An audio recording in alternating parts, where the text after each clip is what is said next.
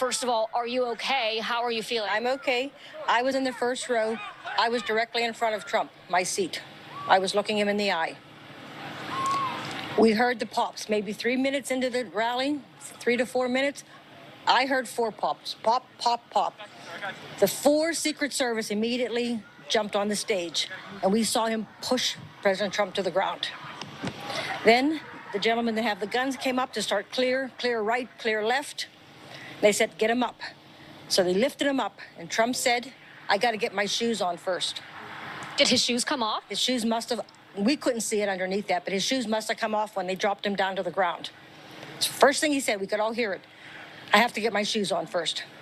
And when he stood up, I'm looking at him forward, I see the red teardrop right here of blood, fresh red blood, just a little tear.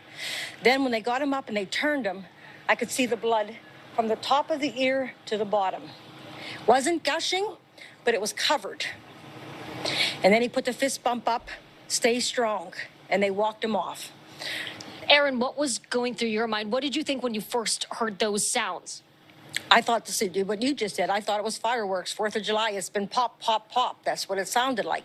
Well, the gentleman behind me, I was one seat, he was to the right of me. He could see the sharpshooter behind Trump. He said the sharpshooter shot to the left. He killed the gentleman in the water tower here. Now, when I called my husband at home, who's watching TV, he said, I thought Trump hurt his ear when he went to the ground. But he said, no, on TV they showed before Trump hit the ground, the ear was bleeding. So that sharpshooter went across, Trump turned his head, his ear must have been nipped, and it killed somebody in the stands over to the left. Could you see anyone injured besides the blood on the former president? All I saw was the gentleman from Beaver County who spoke earlier in the day. He was running for the State House Representative, Elmore, I know his name. He had a white shirt on, and I saw him come from that left stands where the people were mostly shot. I think there were several. They said 3 medevacs left here. Blood was down the right side of his. He wasn't shot, but you could see that he was next to somebody who must have been bleeding profusely, because he either helped them and ran, rubbed against them, or tried to get them help or something. It was covered. So I knew that he was near somebody. That was my first indication that somebody was actually shot, when I saw his blood on his shirt. Aaron, when did you realize that, hey, this might not be fireworks, this might be something else? When they got Trump down on the ground. And then we were just so concerned that he wasn't hit, because we couldn't.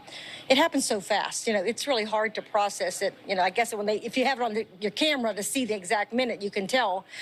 But when he got up, he did not look bad at all. He didn't. He looked very strong. So then I saw that little bit, when I saw that blood, I thought, oh, he must have just hurt himself, hopefully. Right. But it does appear that he was probably nicked by that bullet. Right. That Aaron turned his head just in the nick of time, but just... And Aaron, you were so near to all of this yourself. You were right there. How did you personally feel about your own safety? Were you scared? What was that experience? I was totally not scared for my own. None of us in that front row went down to the ground. Not a one. We wanted to only help the president. That's all we wanted to do. Either we could protect him, we could stand around him. I didn't see one person in the row hit the ground. Not one. I was shocking. No one was concerned about us. We were only concerned about him. Now, you're somewhere safe. You're out of there. As you're starting to process this, I know we'll all be processing this over the coming days and weeks.